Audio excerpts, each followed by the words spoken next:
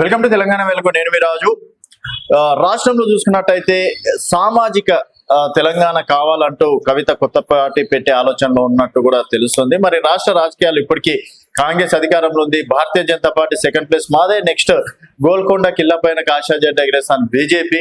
అలాగే BRS definite గా మేమే వస్తాము, 10 సంవత్సరాల పాలన చూశారు, ఇప్పుడు కూడా మళ్ళీ కేసీఆర్ ని కోరుకుంటున్నారని చెప్పేసి అంటున్నటువంటి బీఆర్ఎస్. మరి ఇప్పుడు కవిత పార్టీ, అలాగే కవిత పార్టీతో పాటు ఒకవేళ పెడితే ఇప్పుడు ఆమ్ ఆద్మీ పార్టీ లాంటివి ఉన్నాయి, తర్వాత ఎన్నో పార్టీలు ఉన్నాయి కదా, ఇవి ఎంతవరకు రేపు ప్రాబల్యం చూపిస్తుందనే అనేక విషయాల గురించి మాట్లాడడం ప్రస్తుతం మనతో పాటు సుధాకర్ గారు ఉన్నారు, ఆమ్ ఆద్మీ పార్టీ తెలంగాణ స్టేట్ కన్వీనర్. నమస్తే సుధాకర్ గారు. నమస్తే రాజు. సో చాలా రోజుల తర్వాత మీతోటి చిట్ చాట్ అండ్ సమయం వచ్చింది, మీలాంటి పెద్దల సూచనలు కావచ్చు, సలహాలు కావచ్చు.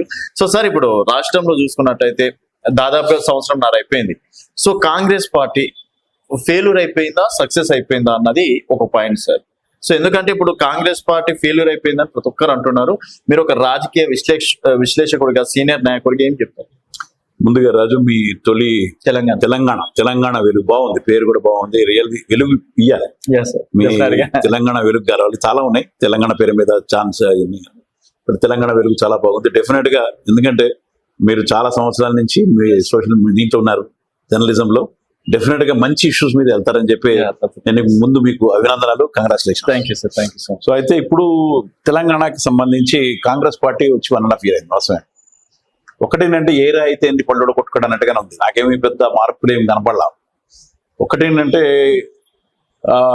కేసీఆర్ వచ్చిన తర్వాత, అంటే నేను నా పొలిటికల్ ఎక్స్పీరియన్స్ దాదాపు 50 సంవత్సరాల ఎక్స్పీరియన్స్ లో నేను అందరు సీఎంలని చాలా ఈజీ కలవగలిగాను. దో ఐ హ్యావ్ టు అంటే దాన్ని అంత పెద్ద పొజిషన్ లేకపోయినా మామూలు కార్యకర్తగా కూడా చాలా పెద్ద కష్టమేది కాదు. వైఎస్ గారు ఏంది, ఎన్టీ రామారావు ఏంది, ఎన్టీ రామారావు వాకింగ్ ఉండే ఆల్మోస్ట్ చాలా ఈజీ ఉండే. తర్వాత రోషయ్య గారు ఏంది, కిరణ్ కుమార్ ఏంది, ప్రతి ఒక్కరిని కలవగలిగిన అవకాశాలు ఉంటాయి. బట్ కేసీఆర్ వచ్చిన తర్వాత కేసీఆర్ ని ఒక్కసారి 2 సార్లు కలిశాను నేను పర్సనల్ గా. ఆ తర్వాత 10-11 సంవత్సరాలు ఇప్పుడు నేను టీవీలో కానీ పరిస్థితికి ఇప్పుడు నేను చూడలేదు ఆయన. అంటే మాలాంటి వాళ్ళకి ఆ పరిస్థితి అంటే ఆలోచించండి. బట్ రేవంత్కి వచ్చినప్పటికీ కొంత మినిస్ట్రీ కలుస్తున్నారు, ఆయన కలుస్తున్నాడు, నేను ఆయన 2-3 సార్లు కలిశాను వివిధ పనుల మీద, ఇష్యూస్ మీద సబ్మిట్ చేయడానికి. కొంచెం ప్రజలకు దగ్గరగా ఉంది ప్రభుత్వం, అంతకు తప్ప పెద్ద తేడా రాలేదు ఇంకేమి. ఒకటేంటంటే ఒక రియాలిటీ ఏంటంటే కేసీఆర్ ఉన్నప్పుడు రకరకాల ప్రాజెక్ట్స్ పట్టుకున్నాడు ఆయన. ఒకటి కాళేశ్వరం ప్రాజెక్ట్, ఒకటి కొంచెం మనకి ఇబ్బంది పెట్టిన మంచి ప్రాజెక్ట్, అది నేనేం కాదన్నాను. కానీ దాంట్లో వచ్చిన కరప్షన్ మాత్రమే చాలా డేంజరస్ గా జరిగిపోయింది అన్నట్టు మనకి ఇప్పుడు అర్థమవుతుంది. ఎందుకంటే నాకు కేసీఆర్ గారు అంతకుముందు ఎమ్మెల్యేగా ఉన్నప్పుడు కూడా స్థానికంగా, ఎందుకంటే నేను యాజ్ ఎ డాక్టర్ చెప్తున్నాను, నీళ్ళు అనేది చాలా ఇంపార్టెంట్. సగం రోగాలన్నీ నీళ్లతో వస్తాయి. ఒక్కసారి వాటర్ వచ్చింది అంటే కనుక సగం ఫ్యామిలీ బాగుపడ్డట్టే, మంచి నీళ్ళు వచ్చినాయి అంటే కనుక. సో అట్లా నీళ్లు ఇవ్వగలిగాడు ఆయన అంతకుముందు. తర్వాత భగీరథ దాని మీద పేరు మీద పెట్టుకుని పెట్టినా కరప్షన్ ఆపలేకపోయాడు దాంట్లో. దాంట్లో చాలా కరప్షన్ ఉండటం ఒకటి. వితౌట్ కరప్షన్ ఈ కాలంలో అయితే జరగదు. కానీ అంటే ఒకటి దాన్ని ఫెలిసిటేషన్ అంటారా, లేకపోతే ఇంకేమంటారా, మీడియేషన్ డబ్బులు అంటారా, బట్ దీంట్లో కరప్షన్ చేతులు చాలా ఎక్కువ దాటారు. చాలా ఎక్కువ దాటింది, చాలా మితిమీరిన కరప్షన్ జరిగినట్టుగా నోటీస్ కూడా ఇచ్చారు కదా సార్. నోటీస్ కూడా ఇచ్చారు, ఆయన వెళ్తున్నాడు. మితిమీరిన కరప్షన్ జరిగినట్టు మాత్రం అయింది. మరి అది ఓవర్లుక్ చేశారా, కావాలని చేశారా, ఏం చేశారా అనేది మాత్రం మనం అంత ఈజీగా కామెంట్ చేయడం అనేది లేదు. ఎన్నో టైం తెలుస్తుంది. తర్వాత ఆయన పాపులిస్టిక్ స్లోగన్స్ మీద చాలా కాన్సన్ట్రేట్ చేశారు.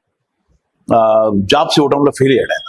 ఎందుకంటే నిరుద్యోగ వృత్తి అన్నాడు, అప్పుడు మేము మహాకూటమి కింద 2000 అనౌన్స్ చేస్తే 3000 ఇస్తా అని చెప్పి అన్నాడు, ఇవ్వలేదు. అది జాబ్స్ రిక్రూట్మెంట్ లో చాలా జాబ్స్ ఆయన గవర్నమెంట్ టేకప్ చేసినప్పుడు 1,07,000 జాబ్స్ ఉంటే అది 3 లక్షలకు పెరిగిపోయినాయి ఆయన దగ్గర ఉన్నప్పుడు. అవి ఫిలప్ చేయలేకపోయారు. ఇంకా చాలా విషయాల్లో చాలా ఫెయిల్యూర్స్ కనబడ్డాయి ఆయన దగ్గర. ఇప్పుడు రైతు బంధు లాంటివి కొన్ని ఇచ్చిన తర్వాత, మనకు ఢిల్లీలో ఆమ్ ఆద్మీ పార్టీ చూసి ఇక్కడ బస్సు దవాఖానాలు లాంటివి పెట్టినా, కొన్ని కార్యక్రమాలు టేకప్ చేసిన. బట్ టోటల్ గా చూస్తే ప్రభుత్వం పెద్ద ప్రజలకి, మిడిల్ క్లాస్ వాళ్ళకి, అప్పర్ మిడిల్ క్లాస్ వాళ్ళకి ఉపయోగపడ్డట్టు కనపడాల. ఇండస్ట్రీస్ డెవలప్మెంట్ లో కానీ వాటిల్లో కానీ పెద్ద కనపడలేదు. ఏదో మనకి అక్కడ ఏదో మన ఈ బ్రిడ్జ్ కట్టేసేసి, మన మాదాపూర్లో బ్రిడ్జ్ కట్టేసేసి సుందరంగా చేశానంటాం అన్నారే కానీ హైదరాబాద్ మాత్రం రక్షించలేకపోయారు కదా. ఇప్పుడు కూడా నిన్న మన వర్షాలు వచ్చినా కానీ నీళ్లు మునిగిపోతున్నాయి, పడవలు వెళ్లాల్సిన పరిస్థితి ఉంది. ఆయన అప్పుడు అన్నది ఏంది, వాటికన్స్ అదేదో మహానగర్ తీసుకెళ్లి నేను వెనీస్ నగరంలో చేస్తా అన్నాడు. వెనీస్ నిజంగా వెనీస్ అంటే పడవలు వచ్చినాయి ఇప్పుడు అక్కడ. పరిస్థితి ఏర్పడింది అది. సో అటువంటి అన్ని చూసాము. చూసిన తర్వాత సరే దాంట్లో రకరకాల పద్ధతులు జరిగినాయి అనుకోండి. అసలు యాక్చువల్ గా 2018లోనే టీఆర్ఎస్ గవర్నమెంట్ పోవాల్సింది. అప్పుడు ఒక 25 లక్షల ఓట్లు రజత్ కుమార్ గారు ఉన్నప్పుడు గోల్మోలేదు, మీకు గుర్తుందో లేదో. ఓకే. దాని మీద మేము చాలా గొడవ కూడా చేసాం. అప్పుడు 25 లక్షల ఓట్లు పోయినాయి అని చెప్పి రజత్ కుమార్ దగ్గర ఇక్కడ ఆఫీస్కి వెళ్ళి గొడవ చేస్తే ఏం పోలేదని అన్నాడు రజత్ కుమార్ గారు. ఆన్ ద రికార్డ్ ఉంటుంది నేను చెప్పేది. ఓకే. తర్వాత ఎలక్షన్ అయిపోయిన తర్వాత ఆయన సారీ చెప్పాడు. మీరు వెనక్కి వెళ్ళండి, చూడండి, గూగుల్లో చూడండి, నెట్ చూడండి, పేపర్లో చూడండి. జస్ట్ ఈ సెడ్ సారీ. 25 లక్షల ఓట్లు ప్రజలకు గోల్ చేసి వచ్చిన ప్రభుత్వం టీఆర్ఎస్ ప్రభుత్వం. 2018 సంగతి చెప్తున్నాను. ఓకే. అప్పుడే పోవాల్సింది. ఎనీహో తర్వాత మళ్ళీ నిలబడ్డారు, చేశారు. ఇంటర్నల్ ప్రాబ్లమ్స్ ఉన్నాయి, ఏమన్నా కానీ యాంటీ ఇన్కంబెన్స్ ఉంది. ఆల్టర్నేట్ లేకపోయింది. ఎందుకంటే కాంగ్రెస్ కూడా సరిగ్గా లేదు. మీకు తెలుసు, ఇప్పుడు కూడా కాంగ్రెస్ లో కుమ్ములాటలే, ఇప్పుడున్న ప్రభుత్వంలో కుమ్ములాటలే. మంచి ఒక ప్రజలు ఉన్నారు వాళ్ళ వెనకాల, నాయకత్వం ఉంది. ఇప్పటికీ 32% ఓట్స్ కాంగ్రెస్ ఉన్నాయి. ఇప్పటికీ స్టిల్ ఎక్కడ పోవాయి. వాటిని ఎన్కాష్ చేసుకోవడంలో కాంగ్రెస్ ఫెయిల్యూర్, నాయకత్వం ఫెయిల్యూర్. అటు రాహుల్ గాంధీ భారత్ జోడో యాత్ర నిజంగా బ్రహ్మాండంగా చేశాడు. 4000 కిలోమీటర్లు తిరగడం అనేది ఒక, వీళ్ళు అంటారు కదా మహారాజు కొడుకునో లేకపోతే అదనో ఏదో పేరు పెడతారు కదా, బట్ 4000 కిలోమీటర్లు రోడ్లు ఏమన్నా నడిచాడంటే మామూలు మాట కదా అది.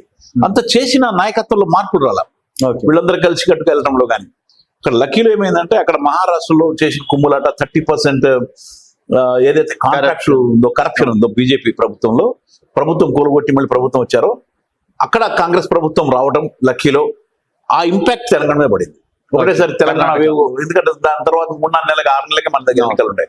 ఆ ఊపుతోటి రేవంత్ రెడ్డి గారు కొన్ని కోట్ల రూపాయలు పట్టుకొచ్చి పెట్టినట్టుగా తెలిసింది మనకి. ఎందుకంటే మాటలు చెప్పినప్పుడు 1000-1500 కోట్ల వరకు ఆయన పట్టుకొచ్చాడు. రియల్ ఎస్టేట్ లో మంచి బిజినెస్ మ్యాన్ ఆయన తిరుపతి రెడ్డి గారు కానీ పెట్టినట్టుగా మనం విన్నాం. నేను వాటిలో కానీ అన్ని చోట పెట్టి ఎలక్షన్స్ లో సక్సెస్ కాగలిగాడు ఆయన. ఆ వేవ్ని ఈ వేవ్ని యాంటీ ఇన్కంబరెన్స్ ని మొత్తాన్ని ఎన్కాష్ చేసుకుని తీసుకురావడం జరిగింది ఆయన. సో ఇప్పుడు చేసిన తర్వాత వాగ్దానాలు చేశారు. ఒకటి దాంట్లో వాళ్ళు చేసిన 6 వాగ్దానాలు సరిగ్గా ఇంప్లిమెంట్ చేస్తుంది ఏదైతే కేజ్రీవాల్ గారు చెప్పేదో ఫ్రీ బస్ ఇస్తున్నారో అదే ఫ్రీ బస్ మాత్రమే ఇవ్వగలుగుతున్నాడు. మిగతా అన్ని చోట్ల చూసినంత మాత్రం ఫెయిల్యూర్స్ కనపడుతున్నాయి. ఇంకా నాకు తెలిసి విలేజెస్ లో కానీ ఎక్కడన్నా కానీ చాలా వ్యతిరేకత ఉంది అంటున్నారు. బట్ ఆల్టర్నేట్ ఏంటి? మళ్ళీ దేర్ ఇస్ నో ఆల్టర్నేట్. ఎక్కడన్నా చూసినా కానీ ఇటు బీజేపీ చూస్తే బీజేపీ పెద్దగా వస్తుందని నేను అనుకోవట్లేదు. ఎందుకంటే ప్రజల మధ్య చిచ్చుపిచ్చి రావడం తప్ప, వాళ్ళు మత ద్వేషాలు రెచ్చగొట్టి తీసుకురావడం తప్ప కాంక్రీట్ గా వాళ్ళు చేసింది కూడా లేదు. ఎందుకంటే ఇక్కడ 8 మంది ఎంపీలు ఉంటే చాలా చేయాల్సింది కదా. మనకు రావాల్సింది ఇప్పటివరకు ఇంకేమో రావాల్సింది ప్రాజెక్ట్ రావాల్సింది కదా. అంతకుముందు 4 ఎంపీలు ఉన్నారు. ఏం తీసుకొచ్చారు వీళ్ళు మన రాష్ట్రానికి? ఏం పట్టరాలేదు. ఏదో మాటలు చెప్తారు కానీ వాళ్ళు ఏమి పట్టుకొచ్చింది అయితే నాకు కనపడలేదు ఏమి. అలాగే ఎమ్మెల్యేలు కానీ వాళ్ళ ఏరియాల డెవలప్మెంట్స్ కానీ వాళ్ళు తిట్టడం, గొడవలు పట్టడం ఇంటర్నల్ గా, బయట మాత్రం కనపడతా ఉంటారు కానీ ఇంటర్నల్ గా చాలా గొడవలు కనపడతాను. బీఆర్ఎస్ లాగానే ఉంది. సో ఇప్పుడున్న పరిస్థితుల్లో కాంగ్రెస్ లో కూడా కుమ్ములాటలు ఉన్నాయి. నేను దీని మీద కూడా నేను 3-4 నెలల క్రితం చెప్పాను. ఒక 5-6 నెలలు 8 నెలల్లో కాంగ్రెస్ ప్రభుత్వాన్ని మార్చడానికి అవకాశాలు ఉన్నాయి.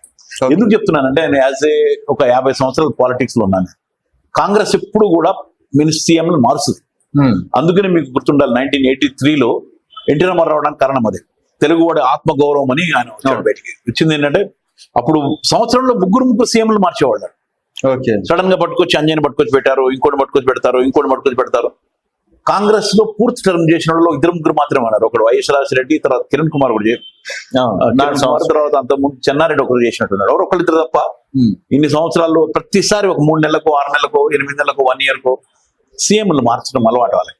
కుమ్ములాట్లు ఎక్కువ వాళ్ళ దగ్గర ఇప్పుడు కూడా ఉన్నాయి. నేనేమి అనుకోవట్లేదు. ఎందుకంటే ఈయన ఒకసారి మనకి రేవంత్ రెడ్డి గారి జర్నీ చూస్తే అటు ఆర్ఎస్ఎస్ లో మొదలయ్యి మళ్ళీ కాంగ్రెస్ లోకి వెళ్ళి మళ్ళీ తెలుగుదేశంలోకి వెళ్ళి మళ్ళీ అక్కడికి వెళ్ళి తర్వాత దీనికి వచ్చాడు. రీసెంట్ గా వచ్చినాడు. పెద్ద కొత్త ఏం కాదు కదా. 5-8 సంవత్సరాల క్రితం అంతే వచ్చింది. 5 సంవత్సరాలు అంటుంది అంతే ఆయన వచ్చింది కూడా. వచ్చేసి టార్గెట్ లోకి వచ్చేసాడు ఆయన. ఏది ఓట్ ఫర్ నోట్ కేసులో జైలుకి వెళ్ళడం, బయటకు వచ్చిన తర్వాత ఒక్కసారి రెచ్చిపోయాడు. అంతకుముందు అంత ఫెరోషియస్ గానీ అంత అగ్రెసివ్ లేకుండా ఆయన సడన్ గా పెరగడం, దాంతో మధ్యలో ఇంప్రెషన్ పట్టడం. ఎందుకంటే మన ప్రజలకు బాగా కావాలి, అదే కావాలి. ఎవడు అగ్రెసివ్గా ఉండి గొడవ పడతాడు వాళ్ళు అదే కావాలి. ఎందుకంటే కేసీఆర్ అదే చేశాడు, సన్నాసోడని తిట్టాడు. ఈయన బయటకు రాగానే ఎరా సన్నాసోడని ఈయన మొదలు పెట్టాడు. నేను చూశాను చాలా క్లారిటీగా. అక్కడి నుంచే మొదలైంది. ఆయన బెడ్రూమ్ లో ఉంటే కూడా వెళ్ళి పట్టరావడం, పగలగొట్టి పట్టరావడం. సో అట్లా చేసుకొచ్చి ఈయనను పెద్ద హీరో చేశాడు. దాన్ని నిలబెట్టుకున్నాడు ఆయన. కుమ్ములాటలు ఉన్నా, ఆయన కంటే సీనియర్ పెద్ద సీనియర్లు ఉన్నా, డబ్బున్న వాళ్ళు ఉన్నా కానీ he could able to get the achievement. ఎందుకంటే ప్రజల్ని పట్టుకొచ్చి సీట్లు సంపాదించుకులో సాధించాడు. సీఎం అయ్యాడు. సీఎం అయిన తర్వాత చేసిన కార్యక్రమాల్లో డల్లాస్ లో కొన్ని ఒక మిస్టేక్ చేశాడు ఆయన. మధ్యలో అదాని తోటి కలవడం, ఆ పెట్టుబడులు పట్టుకోసా అంటాం. ఎందుకు చేశాడో నాకు ఇది అర్థం కాలేదు. ఆ తర్వాత ఇంకొక పెద్ద మిస్టేక్ చేసింది ఏంటంటే ఎంపీ ఎన్నికల్లో ఇంకొక 4 సీట్లు పెరిగి ఉండేవి. సికింద్రాబాద్ సీట్ చాలా ఈజీగా గెలవగలిగే వాళ్ళు. ఎందుకు కన్సల్ట్ చేయలేదు నాకు అర్థం కాల. 4 సీట్లు ఇంకో పెరిగిండేవి, 4 బీజేపీ పోయి ఉండేవి కావు. ఓకే, ఆ టైంలో అనిపించింది నాకు, ఏంటి బీజేపీ కానీ ఇంటర్నల్ సపోర్ట్ చేస్తున్నాడు అని కూడా అనిపించింది నాకు అనిపించింది. ఓకే, మేబీ ఎస్, ఎందుకంటే సరిగ్గా కోఆర్డినేట్ చేసుకోవాలి. ఎందుకంటే వీఆర్ సపోర్టింగ్ కాంగ్రెస్. పార్లమెంట్ ఎన్నికలకు వచ్చినప్పుడు మేము సపోర్ట్ చేస్తున్నాం. మమ్మల్ని కనీసం పలకరించలేదు ఆయన, కనీసం పలకరించి మీ ఓట్లు వేయండి అని అడిగింది కూడా లేదు మమ్మల్ని. ఎందుకంటే మాకు కొద్ది గొప్ప ఓట్స్ ఉన్నాయి. ఎందుకంటే కేజ్రీవాల్ గారు వాళ్ళు ఎవరైనా చెప్పుకుంటే కనుక ఎలక్షన్స్ లో డెఫినెట్ గా ఒక 2 సీట్లు పెరగడానికి అవకాశాలు ఉంటాయి. They did not bother. So ఇప్పటికీ మీ దోస్తాన్ కంటిన్యూ అవుతుంది సార్ ఇక్కడ తెలంగాణలో చూసి? ఇప్పుడు పోతుంది, నేను కూడా మోస్ట్ ఆఫ్ ఉండదు. ఇప్పుడు ఇన్ని వీళ్ళ బిహేవియర్ మొన్న ఢిల్లీలో మమ్మల్ని ఓడగొట్టింది కానీ, హర్యానాలో చేసిన పద్ధతులు కానీ చూసినప్పుడు మాత్రం పోదు. పర్టికులర్ ఇక్కడికి వచ్చిన తర్వాత మనం హర్యానాది కానీ మాట్లాడడం అవసరం అయితే. ఇక్కడికి వచ్చినప్పటికి ఇవన్నీ దీంట్లో చేసిన వాగ్దానాలు చేయడం డబ్బులు వీళ్ళ దగ్గర. ఎప్పుడు కూడా నాకు తెలిసి ఏ సీఎం కూడా అంత కింద దిగజారి మాట్లాడిన మాటలు నేను ఇలా, నన్ను కోసిన డబ్బులు లేవు, నన్ను కోయండి డబ్బులు లేవు, ఇది ఒక సీఎం మాట్లాడేసిన మాటలా. ఏదో చిన్నపిల్లలు స్కూల్లో వెళ్ళేవాడు పెట్టినట్టుగా మాట్లాడినట్టుగా అందుకు అనిపించింది. అంతకుముందు వరకు కొంచెం నాకు ఇంప్రెషన్ ఉండేది ఈయన మీద. సరే వచ్చాడు, మంచి సెటప్ అయ్యాడు, కాస్త మాట్లాడుతున్నాడు అనుకున్నా, కానీ నన్ను కోసిన డబ్బులు లేవు అంటే ఇట్స్ అంటే జెన్యూనిటీ చూపించాడని చెప్పేసి చాలా కిందికి దిగి అవసరం లేదు అంత జెన్యూనిటీ. డబ్బులు లేవంటే సరిపోయింది. నన్ను కోచిన అంటే ఎవడన్నా ప్రాక్టికల్ గా అనే మాట అది ఎవరు అన్నారు. అది చాలా అంటే ఏంటంటే వీకర్ సెక్షన్ లో కింది నుంచి వచ్చిన వాళ్ళు ఎక్కడెక్కడ మాట్లాడేది చేస్తారు. అరే వాడిని వస్తే 10 మంది ఊరికి పట్టుకొస్తాడు రా అంటారు. అట్లా మాట్లాడినట్టుగా అనిపించింది నాకు. జెన్యూనిటీ చూపెట్టడానికి అది అక్కర్లేదు. ఓకే, ఎందుకంటే నీకు ఒక అధికారంలో కూర్చున్నాడు, నువ్వు వచ్చావు కదా, నువ్వు వచ్చినప్పుడు ఎందుకు వచ్చినావు? మరి మేము చేస్తామని వచ్చినావు కదా. ఈయన చేసిన అప్పులు నాకు తెలియదా? తెలుసు కదా. అన్ని లక్షల కోట్లు ఉన్నాయన్నప్పుడు, ఇప్పుడు సపోజ్ నేనే ఉన్నాను, ఇప్పుడు మీరు అధికారం ఉన్నారు, మీరు వచ్చినప్పుడు రాజు ఎంత చేసాడు, ఎన్ని అప్పులు నాకు గెలవాలి. తెలియపోతే నేను మీ సీట్లో వచ్చి కూర్చోకూడదు. వచ్చి ఎందుకు రాబోయే అని వెళ్ళిపోవాలి నేను కదా. ఇప్పుడు మీరు కంపెనీ నడిపేటప్పుడు నేను వచ్చి కూర్చుంటే కనుక నడపడానికి శక్తి ఉండాలి నాకు. రాజు చేసిన అప్పులని నేను తీరుస్తానా లేదా అని నాకు తెలిసి ఉండాలి. అట్లాగే వాగ్దానాలు ఇవ్వాలి. ఎందుకు మీరు మీకు చేతకాని వాగ్దానాలు ఎందుకు ఇచ్చారు? మరి ఎందుకు ఒక్కొక్కరికి మేము 3,000 ఇస్తామని చెప్పన్నారు, తర్వాత ఇంకా చాలా మహిళలకు అన్నారు, చాలా వాగ్దానాలు, తులం బంగారం, స్కూటీ ఎందుకు ఇచ్చారు అని? ఎవడేమన్నా నీకు స్కూటీ అడిగిండి? ఎవడన్నా తులం బంగారం అడిగిండా? ఎవడన్నా ఇలా ఇంకేమన్నా చేయమని అడిగిందా? నువ్వు చెప్పాల్సింది. నువ్వు ఇవన్నీ నీకు డబ్బులు ఎక్కడి నుంచి జనరేట్ అవుతాయి? ఎక్కడి నుంచి జనరేట్ అవుతాయి? నీవు నోట్లో ప్రింట్ చేయరు కదా, పాసిబుల్ కదా. ఎక్కడి నుంచి వస్తాయి? ఎన్ని అప్పులు పడతాయి? ఉన్న అప్పులు చాలాగా తీసుకోవాలని తెలవాలి కదా. When you are aiming for ఒక సీఎం పోస్ట్ కి ఏం చేసినప్పుడు you must have some plan. ఆ ప్లాన్ లేకుండా ఎందుకు మాట్లాడి ఉండాల్సింది. అప్పుడు మాట్లాడిన తర్వాత నాకు చేయాల్సింది. ఇప్పుడు నన్ను కోసిన డబ్బులు లేవు అంటే ఇట్స్ ఫెయిల్యూర్.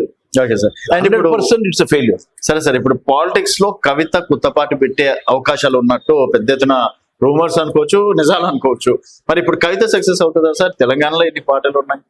సక్సెస్ తర్వాత ఏమో కానీ బహుజన తెలంగాణ ఒకటి ఏంటంటే రాజు గారు, యాక్చువల్ గా ఇది ఒక 2 years 3 years back I expected. నేను పాత నా ఇంటర్వ్యూస్ ఎవడన్నా చూస్తే కనుక నేను కవిత గురించి మాట్లాడినప్పుడు చెప్పాను అప్పుడే, కవిత మోస్ట్ ప్రాబబ్లీ తన సొంత పార్టీ వెళ్ళటానికి అవకాశం ఉంది. ఎస్, నేను నా దగ్గరే ఉంటే నేను వీడియో బయట పెడతాను. అది ఒక 2 ఇంటర్వ్యూలో మాట్లాడాను 2.5 years బ్యాకే. ఎందుకంటే ఆమె జాగృతిని స్ట్రాంగ్ చేసింది ఆ టైంలో. సొంత జాగృతి టీం మొత్తం అన్ని జిల్లాల్లో చేస్తుంటేనే నాకు డౌట్ వచ్చింది, something why she is doing like this అని. అంత అవసరం లేకుండా కదా, సొంత ఆర్గనైజేషన్ ఇప్పుడు అవసరం లేదు. ఇప్పుడు నాకు ఆమ్ ఆద్మీ పార్టీ ఉన్నప్పుడు సుధాకర్ టీం అని చెప్పి తయారు చేసుకోవడం అవసరం లేదు. ఆమ్ ఆద్మీ పార్టీకి నేను చేయాలి. So when she is a very important person, ఎందుకు చేయాలి? మీకు బాగా గుర్తుండాలి, అదే టైంలో కేసీఆర్ గారు ఆమె పక్కన పెట్టాడు. మీకు 3 years బ్యాక్ బతుకమ్మ ప్రోగ్రామ్ లో పాల్గొనలేదు, మీకు గుర్తుండలేదు. మొత్తం చాలా దూరం ఉండింది, అమెరికా వెళ్ళిపోయింది, ఎక్కడో ఉంది. అసలు ఎక్కడ అంతకుముందు అంతా అసలు బతుకమ్మ అంటే కవిత అన్నలాగా పెట్టేటోళ్ళు. ఆ తర్వాత బతుకమ్మ ప్రోగ్రామ్ రాలేదా, కొంత దూరం ఉండింది, బతుకమ్మకి ఆ సంబరాలు కానీ దూరం ఉండింది. అదే టైంలో ఆమె పార్లమెంట్ సీట్ పోటీ చేసింది. ఎట్లా ఓడిపోయింది గుర్తుందా మీకు? అది ఓడగొట్టారు. పసుపు వాళ్ళ ధర్నా జరుగుతుంది. కావాలంటే కనుక వాళ్ళతో మాట్లాడి కేసీఆర్ గారు చేసి ఉండేవాడు, కానీ చేయలేదు. లిటరల్ గా ఓడగొట్టిరాలి. ఎందుకంటే గెలిస్తే మళ్ళీ ఇంకా పెద్ద లీడర్ అవుద్దామే వాంటెడ్ చేసింది. ఆ తర్వాత చాలా రోజులు మళ్ళీ అండర్ గ్రౌండ్ వెళ్ళిపోయింది ఆమె. మళ్ళీ ఏదో సమాధాన పరిచి మళ్ళీ చేసి ఒక ఎమ్మెల్సీ మధ్యలో ఇవ్వడం జరిగింది. మొత్తం మధ్యలో టోటల్ గా అది నేను ఎందుకంటే ఇంతకుముందు ఒక తెలుగు సినిమా ఒకటి చూసాను, దుర్యోధన ఏదో ఒక సినిమా ఉంటుంది. దాంట్లో తండ్రినే కూతురు కొడుకు వాళ్ళందరూ అల్లుడు చంపేస్తారు. ద సేమ్ సీన్ అవుతుందని కూడా నేను చెప్పాను. సంథింగ్ ఏదో సినిమా శ్రీకాంత్ ఆపరేషన్ సంథింగ్ ఉండింది అది. సో నేను అప్పుడు చూశాను అది, నాకు సేమ్ సీన్ నేను ఇంత ముందు ఎక్స్పెక్ట్ చేశా ఇంట్లో. ఓకే, నో ఇట్స్ హ్యాపెనింగ్, జరుగుతుంది. పెద్ద ఆశ్చర్యం అనిపించలే నాకేమిది. సో స్ట్రాంగ్ పార్టీ పెడుతుంది అయితే, స్ట్రాంగ్ పార్టీ పెడతా, లేకపోతే మొత్తం దాన్ని క్యాప్చర్ చేస్తా, లేకపోతే వాళ్ళతో ఏమైనా అడ్జస్ట్మెంట్ అయిపోయి. సరే సార్, ఒకవేళ పార్టీ పెట్టింది అనుకోండి, ఇటు కేసీఆర్ ని, ఇటు రేవంత్ రెడ్డిని, ఇప్పుడు కేంద్రంలో బీజేపీని కావచ్చు, వీళ్ళందరినీ ఢీ కొట్టేంత శక్తి ఉందని. అంటే ఒకటి రాజు గారు, మామూలుగా జనరల్ పాలిటిక్స్ వచ్చే వాళ్ళు ఎందుకు చేస్తారంటే, చాలా మంది వాళ్ళకు ఒక సిద్ధాంతం అనేది ఉండదు. ఇప్పుడు నేనంటే నేను కమ్యూనిస్ట్ పార్టీ, నాకు ఒక సిద్ధాంతంలో పనిచేసిన, నేను ఐ ఆఫ్టర్ ది పొజిషన్స్, మేము ఎమ్మెల్యే కావాలని చేసిన వాళ్ళం కాదు, మా రికార్డు చూసి తెలిసిపోతుంది.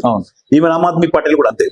అందుకు నేను దీంట్లోకి వచ్చాను. నేను మధ్యలో అన్ని సంవత్సరాలు అయిన తర్వాత వచ్చాను. ఇక్కడ కూడా సిద్ధాంతంతో పనిచేసేది. ఏదో గెలిస్తే గన్మెన్లు కూడా ఉండరు. మాకు మీరు ఢిల్లీలో ఉంటారు, మా మినిస్టర్లు ఎవరు కూడా గన్మెన్లు ఉండరు, చాలా సింపుల్ గానే ఉంటారు. అంతా బదనం చేసి వాళ్ళు చేస్తుంటారు, కానీ అంత సింపుల్ గానే ఉంటారు. సో ఇక్కడికి వచ్చినప్పటికి ఏంటంటే, రాజకీయాలకు వచ్చిన ప్రతి ఒక్కళ్ళు తమ ఆస్తులను కాపాడుకోవడానికి ఒకళ్ళు వస్తారు, తర్వాత ఇంకోటి ఆస్తులు సంపాదించడానికి వస్తారు, ఫేమ్ కోసం కూడా వస్తారు. ఇది ఒక సిద్ధాంతం ఉండదు వాళ్ళకి. అందుకని రాజకీయంగా పార్టీలు మారుతూ ఉంటారు. ఇప్పుడు నేను మారడానికి ఒక సిద్ధాంతం ఉన్న పార్టీలకు మళ్ళీ వచ్చానే కానీ నేనేమి వేరే పార్టీలకు వెళ్ళలేదు. వెళ్ళాలంటే బీజేపీకి వెళ్ళొచ్చు, కాంగ్రెస్కి వెళ్ళొచ్చు, నేను ఈ పదవులు కావాలంటే వెళ్ళగలిగాను. నాకున్న ఎక్స్పీరియన్స్ వెల్కమ్ చేస్తాను, నేను వెళ్ళలేదు అట్లా. అట్లాగే ఇక్కడ మాత్రం అట్లా ఉండదు. అందుకని ఏంటంటే, ఈ కవిత తన ఆశ చాలా సంపాదించింది already, she earn lot of money. So అది కాపాడుకోవాలంటే రాజకీయాలు ఉండాలి. బయటకు వెళ్తే మళ్ళీ తట్టుకోవడం కష్టం. ఓకే, మళ్ళీ గొడవలు పెరిగిపోతాయి, చాలా ప్రాబ్లమ్స్ అవుతాయి. అందుకని అది కాపాడుకోవడానికి ఇతర అధికారం అనేది అది ఉండడానికి అని చెప్పి పార్టీలు పెడతారు. దానికి ఏంటంటే ఎవరికాళ్ళు అనుకుంటారు, వాళ్ళ ఉద్దేశం ప్రకారం ఏంటంటే, of course she is having very good network in throughout Telangana, మంచి నెట్వర్క్. అండ్ ఇప్పుడు కేటీఆర్ హరీష్ రావు పరిస్థితి ఏంటి సార్? యాక్చువల్గా హరీష్ రావు ఒక 4-5 years బ్యాక్ బయటకు రావాల్సిన నిజానికి. 2018 టైంలోనే ఎప్పుడైతే మహాకూటమి కనుక సక్సెస్ అయితే మాత్రం వచ్చిండేవాడు బయటికి. అంటే నాకు తెలిసి నేను అంచనా వేసిన ప్రకారం. బట్ ఈజ్ నైస్ గై, అదేమీ లేదు. ఆయన మంచి మనిషి, బట్ అనగొట్టి పెట్టారు ఆయన కూడా. ఎందుకంటే ఆయన మాటలు నేను అంత ముందు 2-3 సార్లు కలిసినప్పుడు కూడా మాటల్లో ఎక్కడో నిరుత్సాహం కానీ కొంత వ్యతిరేకత కానీ కనపడేది మాటల్లో. బట్ తప్పని పరిస్థితుల్లో ఉన్నాడు. నాకు తెలిసి ఆయన ఏరియాలో కూడా చాలా మంచి పనులు చేశాడు. మంచి ఎమ్మెల్యేగా గుర్తింపు పొందిన వాడే. ఏమి కరప్షన్ ఛార్జెస్ కానీ అవి కానీ పెద్దగా ఆయన మీద ఉన్నట్టుగా నాకు తెలియదు. బట్ ఏమైనా కానీ ఒక మంచి మనిషి అన్నట్టుగా నాకు అనిపించింది. సో ఆయన దాంట్లో బయటికి రావడానికి అనుకున్నాడు, కానీ సిద్ధాంతం కోసం ఉండిపోయాడు ఆయన కూడా దాంట్లో. బట్ ఎప్పుడో ఒకసారి బయటికి రావడానికి, బరస్ట్ అవడానికి అవకాశాలు ఉన్నాయి. ఎందుకంటే ఫ్రస్ట్రేషన్ తోటి ఎప్పుడైనా బయటికి రావచ్చు. అటు బీజేపీ కానీ వెళ్ళొచ్చు, ఇటు కాంగ్రెస్ కానీ వెళ్ళొచ్చు, అవకాశాలు ఉన్నాయి. బట్ ఎందుకంటే ఇప్పుడు ఈ బావబామరుదుల మధ్యన ఇబ్బందులు ఉంటాయి, న్యాచురల్ గా ఉంటాయి, పెద్ద ఆశ్చర్యం ఏం లేదు. మామూలు ఇళ్లలోనే ఉన్నప్పుడు, రాజకీయాలు ఉన్నప్పుడు ఉండవా? Very common. మామూలు ఇళ్లలో ఉంటాయి, ఇది ఉండకపోవడం అనేది అసంభవం. చిన్న చిత్తగా పెద్ద ఏ ఉంటాయి మామూలు ఉంటాయి. అటువంటిది అంత పెద్ద ఇళ్లలో అంత ప్రాపర్టీస్, అంత అధికారం, వాటిలో మర్యాదలు, అవి వాటి మాత్రం డెఫినెట్ గా ఉంటాయి. ఇటు వచ్చి బయటపడకుండా మేనేజ్ చేస్తున్నారు. సో బట్ విడిపోయినా మూడు ముక్కలైనా ఆశ్చర్యం లేదు. బట్ మధ్యలో కేసీఆర్ గారు ఏం చేస్తారో తెలియదు. కేసీఆర్ గారికి మధ్యలో దిగి సడన్ గా సంజోత కుదిర్చి ఏమైనా చేయగలుగుతారా ఏంటి అన్నది. యూనిటీ ఉంటే నెక్స్ట్ వచ్చి ఛాయిస్ ఉందా సార్ బీఆర్ఎస్? యూనిటీ ఉంటే ఒకవేళ కవిత కావచ్చు, హరీష్ రావు, కేటీఆర్ వీళ్ళందరూ యూనిటీగానే ఉండి ఇదే బీఆర్ఎస్ ని ఇట్లే కంటిన్యూ చేశారు అనుకోండి, నెక్స్ట్ వచ్చే ఛాయిసెస్ ఏమైనా ఉన్నాయనుకోవచ్చు? అంటే ఇప్పుడు దేశ రాజకీయాల మీద డిపెండ్ అయింది రాజు గారు. చాలా ఇప్పుడు దేశ రాజకీయాలు చాలా వరస్ట్ గా తయారైంది. చాలా ఇబ్బందికరమైన, ఎవరు చెప్పలేని పరిస్థితి.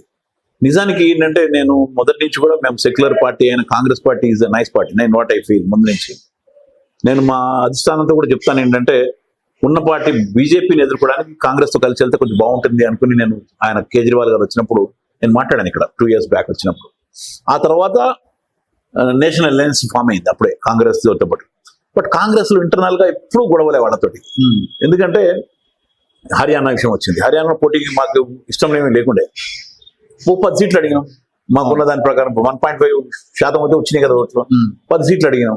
5 ఇస్తున్నారు, తర్వాత 3 ఇస్తున్నారు, 3 ఇస్తున్నారు. 3టికి కూడా సిద్ధంగా ఉన్నారు మా వాళ్ళు. బట్ 3 కూడా ఇవ్వాల.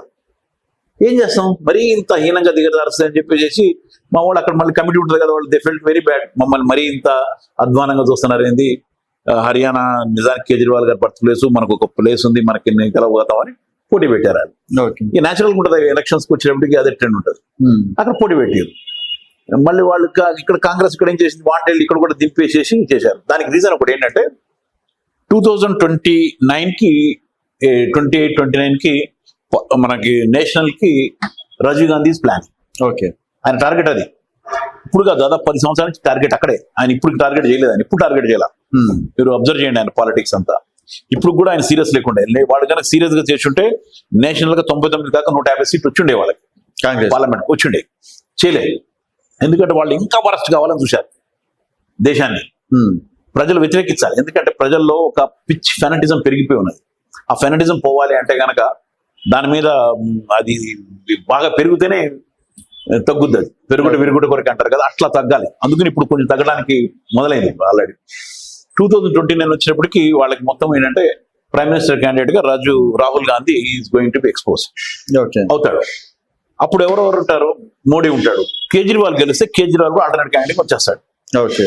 ఎందుకంటే చాలా మిగతా అన్ని పార్టీలు కూడా కేజ్రీవాల్ మీద, తర్వాత నేషనల్ లెవెల్ ఏంటి ఆల్ ఇండియా లెవెల్లో Kejriwal is very good candidate, educated, మంచి అనలిస్ట్, అది ఇది అని చెప్పి ఒక పేరు ఉన్నది. సో థర్డ్ ఆల్టర్నేట్ గా ఆయన కూడా వచ్చేస్తాడు. సో అది ఎవరికి డేంజర్? అది రాహుల్ గాంధీకే డేంజర్ అది. ఎందుకంటే ఈ ఓట్లన్నీ విడిపోతాయి. ఆయన ఒకటే ఉంటాయి, మోడీది ఒకటే ఉంటుంది. సో ఓడగొట్టాలంటే ఎవరిని ఓడగొట్టాలి? నీకు కేజ్రీవాల్ ఓడగొట్టాలి, అందుకు కూడా ఓడగొట్టింది అక్కడ. ఓకే. పక్కా అదే రీజన్. వాళ్ళకి పోతే పోయింది మనకి ఢిల్లీ. అంటే ఈ లిక్కర్ స్కామ్ ఏమైనా ఎఫెక్ట్ కావచ్చా సార్? ఉంది, కొంచెం లిక్కర్ స్కామ్ లేదని లేదు, ఎఫెక్ట్ అయితే ఉంది. బట్ అక్కడ ప్రజల్లో అంత పెద్దగా సీరియస్ గా ఉన్నారని నేను అనిపించలే నాకేం. ఓకే. ఎందుకంటే పక్కన హర్యానా బార్డర్ లో ఇప్పుడు అంటే గతంలో షర్మిల గారు కూడా సేమ్ ఈ విధంగానే పార్టీ పెట్టడం అనేది జరిగింది. మరో షర్మిల అవుతుంది అనుకోవచ్చు, అంటే షర్మిల ఫెయిల్యూర్ అనుకోవచ్చు తెలంగాణలో చూసుకున్నట్టే. ఇక్కడ కవిత గారు సక్సెస్ అవుతుంది. ఆల్రెడీ లిక్కర్ స్కామ్ నిజంగా షర్మిల రైజ్ నేను చూసినప్పుడు జగన్ జైల్లో ఉంటే పాదయాత్ర చేసి చాలా కష్టపడింది కూడా ఆమె. ఒక నిలబెట్టింది, లేకపోతే మర్చిపోయేవాడు. నిజంగా జగన్ వాళ్ళ మధ్య ఎందుకు కూడా నాకు తెలియదు, కానీ ఆమె చేయకపోయి ఉంటే జగన్ ని మర్చిపోయి ఉండేవాళ్ళు. మళ్ళీ ఆయన వచ్చినప్పుడు అంతా ఎదురుండేది కాదు. ఎనిగో అదంతా వాళ్ళ ఇంటర్నల్ ప్రాబ్లం. సో అట్లా ఈమె రైజ్ అవుతా అంటే కనుక కష్టపడాల్సి వస్తుంది. కష్టపడి ఒక వాయిస్ ఇవ్వగలిగితే, ఎందుకంటే ఈమె మీద కూడా లిక్కర్ స్కామ్ ఉందని నేను అనుకోవట్లేదు, కానీ బట్ కరప్షన్ ఛార్జెస్ ఈమె మీద చాలా ఉన్నాయి. ఓకే. చాలా ఉన్నాయి. డబ్బులు కలెక్ట్ చేసిందని, నిజమా అబద్ధం మనకు తెలియదు, కానీ చాలా చాలా వరకు మేము విన్నాం. వచ్చిన కొత్తలోనే లక్ష్మీ జ్యువెలర్స్ నుంచి 50 లక్షల రూపాయల డైమండ్ నెక్లెస్ తీసుకెళ్ళిందని చాలా పెద్ద ప్రచారం జరిగింది ఆ టైంలో. Whether it is real are not, ఇప్పుడు అందరికీ తెలిసిన న్యూస్ అది. అట్లా చాలా కలెక్షన్ చేసిందని. తర్వాత ఆమె వాచ్ మీద కూడా మొట్టమొదటి నా దగ్గర ఏం లేదు అనేది 25 లక్షల వాచ్ నేను కొనుక్కున్నాను అని చెప్పడం, ఇవన్నీ కొంచెం జనాల్లో కనబడతా ఉన్నాయి. ఓకే. సో అఫ్ కోర్స్ ఆయన కేసీఆర్ కూతురుగా ఆదరిస్తారంటారా? కేసీఆర్ కూతురుగా కూడా ఆదరిస్తారా లేరా నేను చెప్పలేను అది. ఎందుకంటే ఇప్పుడు కేసీఆర్ కూడా వచ్చింది షార్ట్ కట్ లో వచ్చినాడే. నిజానికి కేసీఆర్ మొత్తం తెలంగాణ సెంటిమెంట్ ని తీసుకున్నాడు ఆయన. నిజంగా కేసీఆర్ మీద అభిమానం ఉందంటారా? నాకైతే డౌటే. తెలంగాణ సెంటిమెంట్ ని ఎన్కాష్ చేయడంలో సక్సెస్ అయ్యాడు ఆయన. ఓకే. అప్పుడు దాన్ని 2008 మళ్ళీ నిలబెట్టుకున్నాడు అంతే. ఆయన ఏమీ చేయలేదు. ఓకే. నిలబెట్టుకున్నాడు అది. 2000 చెప్పాను కదా, 20 లక్షల ఓట్లు గోల్మాల ఆయన కూడా అజిత్ కుమార్ తోటి. అది నిలబెట్టుకున్నాడు అంతే, అంతకంటే ఆయనకి పెద్ద జరిగింది ఏం లేదు దాంట్లో. కాబట్టి అంతగా ఆయనకు ఉందని నేనేమో అంటే ఇప్పుడు బీసీ నినాదం అనేది స్ట్రాంగ్ వెళ్తుంది సార్ జనాల లోపల. ఇప్పుడు కవిత గారు కూడా బీసీ నినాదం తోటే వెళ్తారు. 42% స్థానిక సంస్థల ఎన్నికలు కావచ్చు, తర్వాత ఇప్పుడు కులగణన చేసిన పార్టీగా కాంగ్రెస్ పార్టీ కావచ్చు. సో ఈ బీసీ సెంటిమెంట్ అనేది తెలంగాణ రాష్ట్రంలో ఏ విధంగా ఉండబోతుంది? ఒకటి రియాలిటీ చెప్పినారు, అది బీసీలు తలుచుకుంటే ప్రధానమంత్రిని మార్చేసేయచ్చు. అన్ని రాష్ట్రాల్లో మారిపోతాయి, కానీ బీసీలు ఎప్పుడు కలిసి ఉండరు. ఓకే. మీకు ఒకటి ఏంటంటే చెప్పనా, బీసీలు ఎప్పుడు అన్ని గ్రూపులు ఉంటాయి. వీళ్ళేమో పై వాళ్ళకి మొక్కుతారు, అగ్రవర్ణాలకి. కింద ఎస్టీలు నొక్కేది వీళ్ళే, బీసీలే. పై వాళ్ళకి మొక్కుతారు, కింద వాళ్ళు నొక్కుతారు. వీళ్ళు కొట్టుదాస్తారు, ఎప్పుడు కలవరు. ఈవెన్ ఎస్సీ ఎస్టీలు కూడా అంతే కొట్టు తావడం. ఎన్ని గ్రూపులు ఉన్నాయి మనకి? నీకు ఎస్సీలో గ్రూపులు లేవా? కొట్టు తావట్లే. ఎస్సీ ఎస్టీలు కొట్టుకోరు. ఎన్ని గ్రూప్ కలిసి ఉంటారు చెప్పండి? నాకు తెలియదు. స్టేజ్ మీద కొట్టుకునే చూశాను నేను, నాయకత్వం అంతా ఎన్నోసార్లు చూశాను. స్టేజ్ల మీద బహిరంగ కొట్టుకున్నారు. ఎస్సీలో మనం మాది కొట్టుకోలే, బట్టలు చింపుకోలే స్టేజ్ మీద. బీసీలు కొట్టుకోలే. బీసీలు ఎన్ని గ్రూపులు ఉన్నాయి? ఇప్పుడు కృష్ణ గ్రూప్ పెట్టిన తర్వాత జాజల విడిపోయాడు. ఆయనదో గ్రూపు, ఈయనదో గ్రూపు, ఈయనదో గ్రూపు. ఎన్ని గ్రూపులు లేవు? వీళ్ళు కలుస్తారా? కలవనియ్యరు. ఫర్ యువర్ కైండ్ ఇన్ఫర్మేషన్, వీళ్ళని పై వాళ్ళు కలవనియ్యరు. ఏదో పద్ధతులు చేస్తారు వీళ్ళంతా. కొంతమంది అమ్ముడు పోతారు, కొంతమంది చెంచాగిరి చేసేవాళ్ళు ఉంటారు, కొంతమంది రకరకాల వీక్నెసెస్ ఉంటాయని. ఓకే. సామధాన దండోపాయాలు అన్ని ఉపయోగించి వీళ్ళని కలవనియ్యరు. అంత ఈజీగా.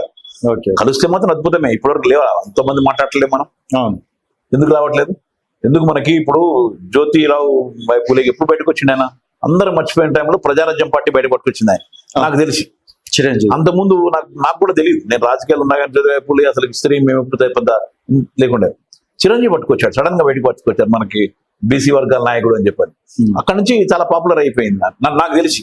ఐ మే బి రాంగ్, జనాల్లోకి వచ్చింది మాత్రం ప్రజారాజ్యం పార్టీ పట్టుకొచ్చిన తర్వాత. సో అట్లా బీసీలందరినీ అందరూ ట్రై చేశారు, చిరంజీవి ట్రై చేశాడు, వాళ్ళు ట్రై చేశాడు, వీళ్ళు ట్రై చేశారు. కానీ మన దగ్గర ఏంటంటే కులాలు చాలా ఎక్కువ అసలు. మా ఇంటి దగ్గర ఉంటుంది వీరముష్టి సంఘం, నేను ఎప్పుడు కూడా వీరం సంఘం అదొక గ్రూపు, ఇంకో గ్రూపు. ఈ కులాల మధ్యన కూడా తగాదాలు ఎక్కువ. వీళ్ళందరూ ఎప్పుడు కలవాలి, అది అంత ఈజీగా సాధ్యమయ్యేలాగా అయితే నాకు కనబడాల. ఎందుకంటే ఇక్కడ మనకున్న డెమోక్రసీలో అగ్రవర్ణాలు ఎప్పుడు డామినేట్ చేస్తూనే ఉంటాయి. డబ్బులున్న వాడు వర్గాలు ఉంటాయి, వాడు కింది వాళ్ళని కలవనీయరు, పై వాళ్ళకి చెప్పాను కదా, బీసీలు ఎప్పుడు పై వాళ్ళకి మొక్కుతారు, కింది వాడిని నొక్కుతారు. మేజర్ వర్గం ఇది 51% ఉన్న ఇంకెక్కువ ఉండొచ్చు, ఇప్పుడు ఇంకెక్కువ అయిపోయి ఉంటుంది. వీళ్ళు అంతవరకు కాదు, అయినా ఏమైనా ఒక ప్రయత్నం ఆమె చేయొచ్చు తన పొలిటికల్ ఐడెంటిటీ కోసం. ఇంకా పెద్ద వయసు మనం 50s లో ఉండొచ్చు ఆమె.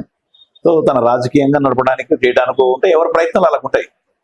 క్లిక్ అయినా క్లిక్ అవ్వచ్చు, ఒకసారి చెప్పలేము. కానీ ఆమెకు అంత సిద్ధాంతం బేస్ ఉంటుంది, సెంటిమెంట్ ఉంటుంది అని అనుకుంటున్నాను. ఎందుకంటే మన కేసీఆర్ గారు అంటే కనుక తెలంగాణ సెంటిమెంట్ పట్టుకున్నాడు ఆయన తెలంగాణ మాండలికంలో. మీరు ఒకసారి గుర్తుండాలి రాజు మీకు, ఆయన అంటే నేను చూశాను, మేము పాలిటిక్స్ అక్కడి నుంచి ఉన్నాను కాబట్టి. ఆయన కాంగ్రెస్ లో ఉన్నప్పుడు, యువజన నాయకుడు ఉన్నప్పుడు కూడా మేము అదే టైంలో ఎంటర్ అయిన వాళ్ళం మేమంతా పాలిటిక్స్ లో. అది ఒక విధంగా నేను ఇంకా ఆయనకంటే ముందే ఎంటర్ అయి ఉంటాను. నేను 71, 72లో నేను పాలిటిక్స్ లోకి వచ్చాను యాజ్ ఎ స్టూడెంట్. ఆయన 73, 74, 75 టైంలో వచ్చి ఉండాలి. అప్పుడు ఆ తర్వాత ఆ పార్టీలో ఉన్నప్పుడు ఆయన కనుక చంద్రబాబు నాయుడు దగ్గర కనుక మినిస్టర్ ఇచ్చుంటే, రెవెన్యూ మినిస్టర్ ఇచ్చుంటే కనుక ఆయన బయటకు వచ్చిండేవాడు. ఆ తర్వాత వచ్చి ఇక్కడ తెలంగాణ సెంటిమెంట్ ఎత్తుకున్నాడు. ఆయనకి మనకి ప్రొఫెసర్ జయశంకర్ గారు పట్టుకుని, అంతకుముందు ఉన్న స్పీచ్ వేరు. ప్రొఫెసర్ జయశంకర్ ఆయన్ని రాటు తెచ్చాడు తెలంగాణ మాండలికంలో. అంతకుముందు తెలంగాణ మండలికి మాట్లాడేవాడు కదా ఆయన. స్పీచ్ చూడండి మీరు, ఓల్డ్ స్పీచ్కి వెళ్ళి చూడండి, ఆయన మినిస్టర్ ఉన్నప్పుడు. అంతకుముందు తెలంగాణ మండలికం లేదు, ఆయన మామూలు స్పీచ్ ఉంటుంది, జనరల్ బుకిష్ లాంగ్వేజ్. ఇప్పుడు తెలంగాణ ఉపయోగించడం ఫ్యాషన్ గా మారింది. ప్రతి ఒక్కళ్ళం ఆ లాంగ్వేజ్ మారుతున్నాం, బలవంతంగా మారుతున్నాం. మేము ఇచ్చేటోళ్ళం కదా అంతకుముందు, మార్చుకోవడానికి ప్రయత్నాలు చేస్తున్నాం. ఇప్పుడు మేము ట్రైనింగ్ ఇచ్చినప్పుడు కూడా, నేను మా క్లాసెస్ చెప్పేటప్పుడు, నేను యూత్ లో ఇన్స్టిట్యూట్ లో మేము తెలంగాణ మండలికం మాట్లాడించేటోళ్ళం కాదు, పాలిష్ చేసేటోళ్ళం. How to art of speech making అని నేర్పించేటోళ్ళం. బట్ జయశంకర్ వచ్చి ప్రజల్లో ఉన్న సెంటిమెంట్ ని పట్టాలి అంటే, నీకు ప్రజల్లోకి వెళ్ళాలి, తెలంగాణ మాండలికంలో మాట్లాడాలి అని చెప్పి తెలంగాణ మండలికి నేర్పించి ఒక ట్రైనింగ్ చేసి పట్టుకొచ్చాడు. That is professor Jayashankar. But ఆయన్ని తర్వాత వెళ్ళగొట్టినట్టుగా నాకు అర్థమైంది. కానీ ఏమైనా అక్కడి నుంచి వచ్చినాడు ఆయన, దాని సెంటిమెంట్ పట్టుకున్నాడు. సో ఆమ్ ఆద్మీ పార్టీ ఏమన్నా నెక్స్ట్ అంతేనా సార్? స్థానిక ఎన్నికల్లో పోటీ చేస్తాం, డెఫినెట్ చేస్తాం. స్థానిక ఎన్నికలు అంటే మేము పంచాయతీలు వాటిలో కూడా ట్రై చేస్తున్నాం. బట్ జిహెచ్ఎంసీలు మాత్రం డెఫినెట్ బోని కొట్టడానికి ప్రయత్నం చేస్తాం. ఎందుకంటే ఇప్పుడు మాకు ఇన్ఛార్జ్ గా మళ్ళీ కొత్త, అంటే ఇంతకుముందు ఇక్కడ పనిచేసిన ఇన్ఛార్జే మనం చీఫ్ స్పోక్స్ పర్సన్, తర్వాత పెన్సిల్వేనియా యూనివర్సిటీలో మాస్టర్ డిగ్రీ చేసిన ప్రియాంక కక్కర్ గారు మాకు ఇన్ఛార్జ్గా వచ్చారు, చీఫ్ స్పోక్స్ పర్సన్. సో ఆమె మంచి ఫైర్ బ్రాండ్. సో ఆమెను వేయటం కారణం ఏంటంటే మోస్ట్ ఆఫ్ జిహెచ్ఎంసీకి కోసమని వేసి ఉంటారు మాకు. సో జిహెచ్ఎంసీలో ఇట్లా టార్గెట్ పెడతాం. కనీసం అంటే నేను అన్ని గెలుస్తాము, మేయర్ అయిపోతాం అన్నాను, కానీ వీల్ టార్గెట్ ఫర్ ఎవ్రీబడి. ఎందుకంటే ఇప్పుడు నా దగ్గర క్యాడర్ లేదు. నేను ఏదో క్యాడర్ ఉంది, బ్రహ్మాండంగా ఉంది, పోటీ చేస్తాం అంటలే నేను. ఈ పార్టీలో ఎలాగో అంటే కనుక, మేము గుజరాత్ లో 3 నెలల్లో 14% ఓటింగ్ పట్టుకొచ్చినాం. The same will plan here also. కొత్త తరం నీలాంటి వాళ్ళని పెద్ద పిలుస్తాం మేము, జాయిన్ కండి ఆమ్ ఆద్మీ పార్టీలు అంటాం. Then will give the tickets. New తరానికి పవర్ఫుల్ పొలిటికల్ బ్యాక్గ్రౌండ్ లేకపోయినా కానీ వాళ్ళకి దేశాన్ని మార్చాలి, రాష్ట్రాన్ని మార్చాలి, పని చేయాలి, ప్రజలు పని చేయాలి, ప్రజల సొమ్ములు ప్రజలకే చెందాలి, మంచి హెల్త్ సిస్టమ్ ఇద్దాం, మంచి డ్రైనేజ్ సిస్టమ్ ఇద్దాం అని పని చేయగల సత్తా ఉండి, ధైర్యం ఉండి, దమ్ ఉండి ఎవరైనా ఒకరు ఉంటే కనుక వీఆర్ ఇన్వైటింగ్ దెమ్. మీ తరఫున కూడా నేను ఇన్వైట్ చేస్తున్నా, రమ్మని, కొత్త తరాన్ని రమ్మనండి. విల్ గివ్ ద టికెట్స్, వాళ్ళు ఫైట్ చేయండి, దానికి కావాల్సిన ఎనర్జీ అంత పెడదాం. Aam Aadmi Party is wonderful party. నాకు తెలిసి ఇప్పుడున్న పార్టీలలో మంచి పార్టీ అది. ఎందుకంటే నేను 48 years కమ్యూనిస్ట్ పార్టీలో పనిచేశాను. నా లైఫ్, టైం, టాలెంట్, ట్రెజర్, నా శక్తి అంతా అక్కడ పెట్టాను. ఎందుకంటే ఇట్స్ వండర్ఫుల్ ఫిలాసఫీ. నేనేమి ఇప్పుడు కూడా కమ్యూనిజం తప్పని నేను అన్నాను. ఎందుకంటే ప్రజలకి కావాల్సిన మినిమం ఫెసిలిటీస్ ఇవ్వాలి, తర్వాత కష్టజీవులకే రాజ్యం ఉండాలి, దోపిడీ వర్గాలు పోవాలి, ప్రజలు కట్టిన పనులు ప్రజలకే చెందాలి, ప్రజలతోటి రాజ్యం నడవాలి అనేది కమ్యూనిజం, అంతకంటే వేరేది ఏం లేదు దాంట్లో. Okay. దానికి ఒక ఎర్ర జెండా పెట్టుకుని వెళ్తుంది. సేమ్ పాలసీలో సేమ్ ప్రిన్సిపల్స్ లో ఆమ్ ఆద్మీ పార్టీ కూడా అదే పని చేస్తుంది. ద సేమ్ థింగ్, ఎర్ర జెండా లేదు. ఆయన అనేది ఒకటే, ఇక్కడ ఏమి లేదు, ప్రజలకు కట్టిన పన్నులు ప్రజలకు చెందాలి. నీకు కాన్స్టిట్యూషన్ లో ఏదైతే అంబేద్కర్ చెప్పిన కాన్స్టిట్యూషన్ ఉందో దాంట్లో విద్యా వైద్యం హక్కు, అది ఇట్స్ నాట్ ప్రివిలేజ్, అది Okay. ఫ్రీగా ఇవ్వాల్సిందే అని చెప్పి నీకు ఒక మోడల్స్ పెట్టాం ఢిల్లీలో కానీ పంజాబ్ లో కానీ. అది ఇంప్లిమెంట్ చేయాలి. తర్వాత ప్రజల సొమ్ములు అన్ని ఉన్నా వాళ్ళకి చెందాలి. ఆ, వేరే వాళ్ళకి అప్పులు లక్షల కోట్లు మాఫీ చేయడం అనేది రాంగ్. హెల్త్ మీద పెట్టండి, వెల్త్ మీద పెట్టండి, ప్రజల డెవలప్మెంట్ మీద పెట్టండి అని చెప్పేది ఆమ్ ఆద్మీ పార్టీ, అంతకంటే ఏం లేదు దీంట్లో ఉన్నది. Very simple. సో ఇప్పుడు ఆల్రెడీ ఢిల్లీలో ఓడిపోయిండ్రు, పంజాబ్ లో ఒక దగ్గర ఉన్నారు, అది కూడా ఓడిపోతే ఏం సార్? అంటే ఢిల్లీలో ఓడిపోయామని మేము అనుకోవటం లేదు. ఓకే, ఎందుకంటే 2% తేడా వచ్చింది, ఓట్లు వచ్చింది 2%. కాబట్టి ఓడిపోయినట్టయితే కాదు, అది ఓడి గెలిచినాం. అది వాళ్ళం గెలిచి ఓడి, మేము ఓడి గెలిచినాం అనుకుంటాం. నెంబర్ గేమ్ మాత్రమే జరిగింది. అది కూడా ఏంటంటే ఒక్క సీట్ విధానాలు చెప్తా. లాస్ట్ టైం కేజ్రీవాల్ గారు పోటీ చేసిన న్యూఢిల్లీ సీట్లో 1,45,000 ఓట్స్ ఉండే.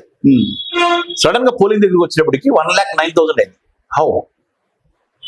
40,000 ఓట్లు ఎట్లా పోయింది చెప్పండి. Okay, 40,000 votes missing from Kejriwal seat.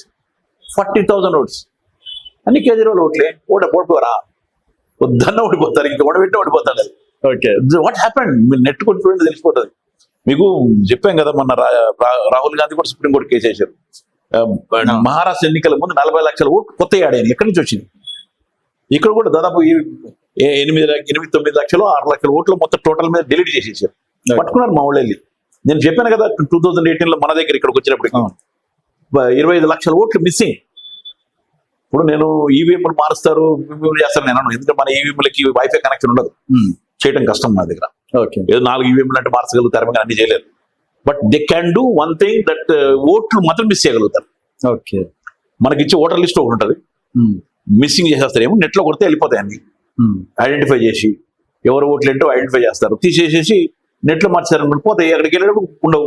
మీరు పోలింగ్ బూత్కి వెళ్తే ఉండదు. ఏం చేస్తారు? అక్కడికి వెళ్ళి గొడవపడలేరు కదా, వేసి లేదు నెల వచ్చేస్తారు. అట్లా 1000 ఓట్లు మిస్ అయింది. Okay sir. So that they can do it.